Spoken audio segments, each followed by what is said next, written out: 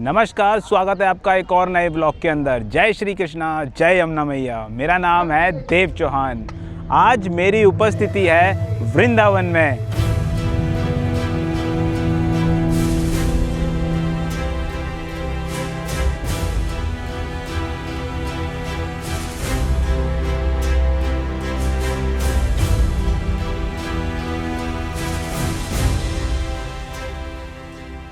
आज मैं आपको वृंदावन में दिखाने वाला हूँ माँ यमुना के तट को किस प्रकार से भव्य बनाया जा रहा है। यहाँ पर किस प्रकार से माँ यमुना के तट को भव्यता दी जा रही है और कैसे इस घाट को परिवर्तित किया जा रहा है और इस घाट के बनने से क्या क्या आपको सुविधाएं मिलने वाली हैं। अभी किस प्रकार का यहाँ पर जो दृश्य है वो दिखाई दे रहा है, क्या काम हो रहा है यहाँ पर, तमाम जानकारियाँ आज मैं इस ब्लॉग के अंदर आपको देने वाला हूँ। तो प्लीज़ ब्लॉग को पूरा देखने का प्रयास करना और वृंदावन का यमुना मैया का ये रिवर फ्रंट किस प्रकार का दिखने वाला है और इसकी भव्यता बहुत ही ज़्यादा खूबसूरत बनने वाली है।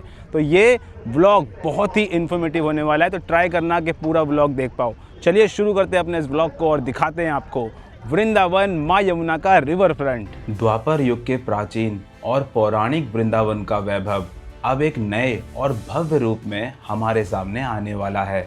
इलाहाबाद हाई कोर्ट और सुप्रीम कोर्ट से हरी झंडी मिलने के बाद लगभग 177.81 करोड़ रुपए की लागत से वृंदावन यमुना रिवर फ्रंट परियोजना पर काम बेहद तेजी से चल रहा है। तो अभी आप देख रहे होंगे जो मेरी अभी यहाँ पर उपस्थिति है, मैं अभी इस समय केसी घाट पर खड़ा हुआ हूँ और यहाँ पर बहुत प्राचीन इमारतें आपको दिखाई देंगी और इन इमारतों के बीच में ही आपको काम चलता हुआ नज़र आएगा। यहाँ पर माँ यमुना के इस तट को पक्का किया जा रहा है। अभी आप देख रहे होंगे किस प्रकार से यहाँ पर जो जाल है वो बिछाया जा रहा है। इस महापरियोजना के पहले चरण में मुख्य रूप से 600 मीटर लंबा पक्का रिवर फ्रंट और घाट क्षेत्र विकसित किया जा रहा है। इस पूरे प्रोजेक्ट का केंद्र बिंदु है ऐतिहासिक केसी घाट, जहां घाट की चौड़ाई को लगभग 125 मीटर तक विस्तारित किया जा रहा है। इसका तकनीकी उद्देश्य यह है कि त्योहारों और पर्वों के समय बिना किसी भीड़-भाड़ के यहां भव्य यमुना आरती और हजारों श्रद्धालु एक साथ सुरक्षित स्नान कर सकें। तो केसी घाट की तरह यहाँ पर और भी कई अलग अलग घाट हैं जिनको पक्का किया जाएगा।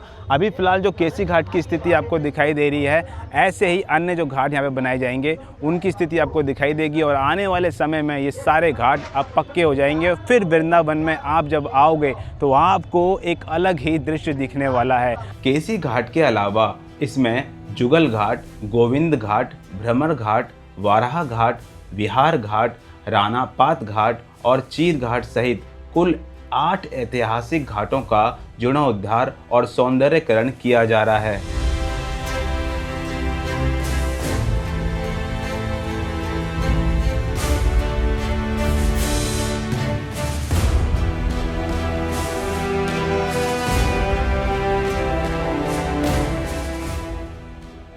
तो चलिए अब हम एक चीज़ और यहाँ पर देख लेते हैं। TDS पर और pH मीटर पर और pH पेपर पर क्या माँ यमुना के यहाँ पर जल की स्थिति है वो दिखाई देती है। तो सामने आप देख रहे होंगे यमुना मैया का पावन जल है। पहले वृंदावन में आए हैं तो माँ यमुना के जल को प्रणाम करना तो सबसे पहले मैंने ऑलरेडी वैसे कर लिया है, लेकिन अब आगे चल के ना इस नाव के अंदर चल के फिर मैं आगे से लेता हूँ थोड़ा सा किस प्रकार का जल माँ यमुना का यहाँ पे दिखाई देता है। तो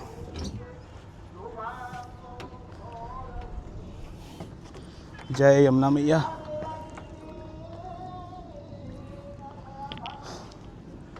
तो ये है माँ यमुना का जल वृंदावन केसी घाट पर और बड़ा बैलेंस बना के आना पड़ रहा है। नाव डिगडगा रही है। जय श्री राधा रानी।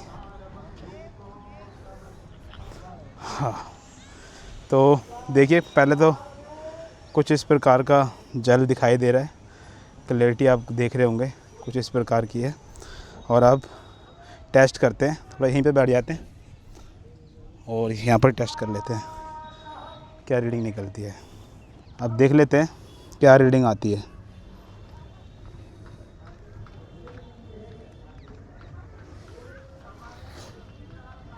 और pH मीटर को डाल दिया है। थोड़ा सा इसमें टाइम लगता है तो मैं थोड़ा स्पीड को बढ़ा दूंगा और जैसे इसकी लास्ट रीडिंग आएगी फिर मैं आपको दिखाऊंगा, ताकि आपका समय बच जाए और इसकी रीडिंग भी आपको पता लगे।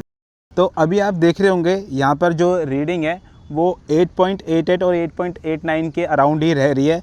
यानी कि वृंदावन में केसी घाट के पास में माँ यमुना के जल की जो स्थिति है, जो पीएच मीटर पर आई है, वो रीडिंग जो दिखाई दे रही है आपको 8.88 8.89 के अराउंड आपको यहाँ पर नज़र आ रही है। आप देखते हैं पीएच पेपर पर यहाँ पर क्या कलर आता है माँ यमुना के जल का।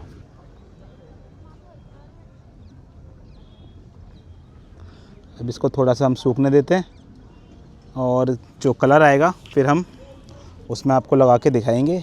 तो यहाँ पर आप देख रहे होंगे ये 8.88 यानी कि 9 के अराउंड ही नज़र आ रही है, ये आप देखिए। तो चलिए अब TDS मीटर पर रीडिंग लेते हैं। यहाँ पर केसी घाट पर माँ यमुना के जल की TDS मीटर पर क्या रीडिंग आती है। तो यह TDS मीटर अपना, और इसको जल के अंदर अब डालते हैं। जो रीडिंग आएगी वो आपको दिखाता हूँ।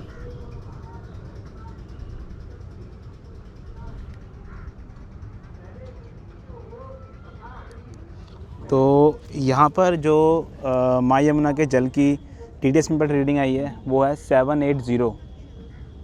तो अभी आपको मेरे पीछे यहाँ पर पीपा पुल नज़र आ रहा होगा, और इस पीपा पुल से अभी आपको जो यहाँ पर लोग हैं उनका आवागमन भी हो रहा है, और सारी गाड़ियाँ बाइकें इस पीपा पुल के द्वारा इधर से उधर जा रही हैं।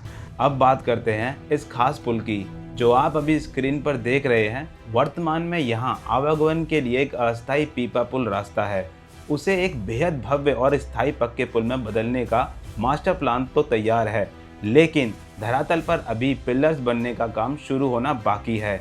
योजना के मुताबिक heritage conservation and connectivity project के तहत बनने वाले इस नए पक्के पुल को वृंदावन की प्राचीन आत्मा के साथ जोड़ा गया है।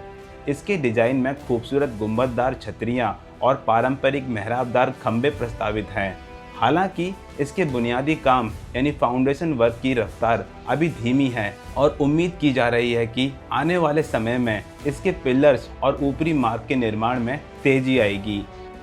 इस पूरे प्रोजेक्ट की सबसे खास बात है इसका न्यू अलाइनमेंट।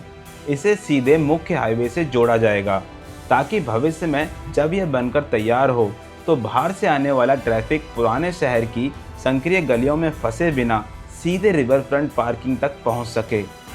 तो वृंदावन पे माँ यमुना के जल के अंदर आपने रिसेंटली न्यूज़ में देखा होगा कि एक हादसा हुआ था, जिसमें जो बोट थी वो पलट गई थी, और इसमें बोट के अंदर जो सवार यात्री थे उनमें से कुछ लोग जो थे वो माँ यमुना के जल के अंदर डूब गए थे, और ये बहुत ही दुखद हादसा हुआ था। अब उस हादसे को देखते हुए और उसमें सुधार लाया गया है, और जितने भी यहाँ पर आपको अब नाव चालक दिखाई दे रहे हैं वो अब आपको लाइफ जैकेट भी प्रोवाइड करवाएंगे। यानी कि जब आप माँ यमुना के यहाँ पर बोट में सैर करोगे तो अब आपको लाइफ जैकेट भी मिलेगी, जिससे यहाँ पर जो आपकी सेफ्टी है वो बढ़ जाएगी। और यहाँ पर जो माँ यमुना के जल के अंदर आप सैर करते हो और फिर समस्त यहाँ पर वृंदावन के घाटों को देखते हो, तो अब वो नज़ारे भी देख पाओगे, प्लस आपको सेफ्टी भी यहाँ पर मिल जाएगी। पर्यावरण को ध्यान में रखते हुए इस पूरे दूब क्षेत्र में ब्रज के पारंपरिक वृक्ष जैसे कदम्ब, तमाल, नीम, पीपल, बरगद और तुलसी के हजारों पौधे रोपे जा रहे हैं।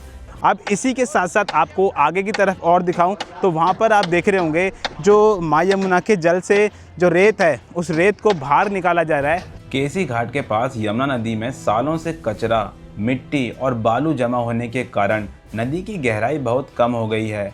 जब गहराई कम होती है तो पानी का बहाव रुक जाता है और पानी सड़ने लगता है। यह मशीन एक सक्शन वैक्यूम की तरह काम करती है। यह घाट के ठीक सामने की तली से जमा हुई भारी बालू और गाद को खींचती है। मशीन उस बालू को खींचकर घाट से दूर नदी के दूसरे हिस्से में या किनारे के एक निश्चित पॉइंट पर डंप कर देती है। ऐसा करने से केसी घाट के ठीक सामने नदी का चैनल गहरा हो जाता है। इससे पानी का प्राकृतिक प्रवाह सुधरता है और घाट के पास हमेशा साफ और गहरा जल बना रहता है, जो श्रद्धालुओं के सुरक्षित स्नान और आचमन के लिए बेहद जरूरी है। गर्मी के मौसम में पानी कम होने पर नदी के बीच में बालू के बड़े बड़े टापू बन जाते हैं, जिससे पानी का रास्ता रुक जाता है और नाव चलना बेहद ही मुश्किल हो जाती है। यह मशीन उन टापुओं की बालू को रीलोकेट यानी विस्थापित करके नदी का रास्ता साफ करती है। यह यमुना सफाई और ड्रेजिंग अभियान का हिस्सा है ताकि घाट के सामने से मिट्टी हटाकर नदी के पानी को गति दी जा सके और पानी को ठहरकर गंदा होने से बचाया जा सके। तो वृंदावन में आपको एक और काम यहाँ पर शुरू होता हुआ नज़र आने वाला है। ये काम है बांके बिहारी जी का मंदिर, और जो ये यहाँ पर बांके बिहारी जी के मंदिर का कॉरिडोर बनाया जाएगा, फिर यहाँ पर जो भव्यता होगी वो एक अलग ही प्रकार की आपको दिखाई देने वाली है। इस रिवर फ्रंट को सीधे कनेक्ट करेगा श्री बांके बिहारी मंदिर कॉरिडोर, जो लगभग 5 से 5.5 एकड़ की भूमि पर फैला हुआ है। करीब 500 से 600 करोड़ रुपए के बजट से बनने वाला यह कॉरिडोर पूरी तरह से 2 मंजिला यानी 2 स्टोरी संरचना होगी। इसके लोअर ग्राउंड फ्लोर पर श्रद्धालुओं के लिए सामान घर, जूता घर और चिकित्सा जैसी आधुनिक सुविधाएं होंगी, जबकि अपर ग्राउंड फ्लोर सीधे बांके बिहारी मंदिर के मुख्य प्रांगण से जुड़ेगा। मंदिर के ठीक सामने 7400 वर्ग मीटर का एक विशाल खुला चौक बनाया जा रहा है, जहां एक समय में 15,000 से 20,000 भक्त आराम से खड़े हो सकेंगे। श्रद्धालु सीधे यमुना रिवर फ्रंट यानी जुगल घाट के रास्ते इस कॉरिडोर से होकर बिना किसी संकरी गली के मंदिर में प्रवेश कर पाएंगे।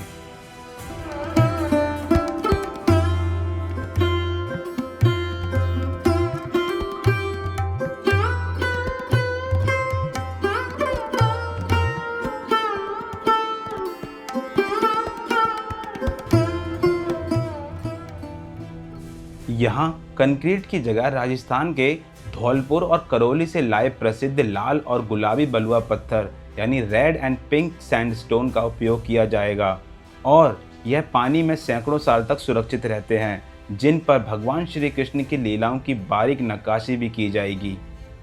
तो जब यहाँ पर पूरी तरीके से सारा काम जो संपूर्ण हो जाएगा, उसके बाद यहाँ का जो दृश्य होगा वो कुछ आपको इस प्रकार का नज़र आने वाला है।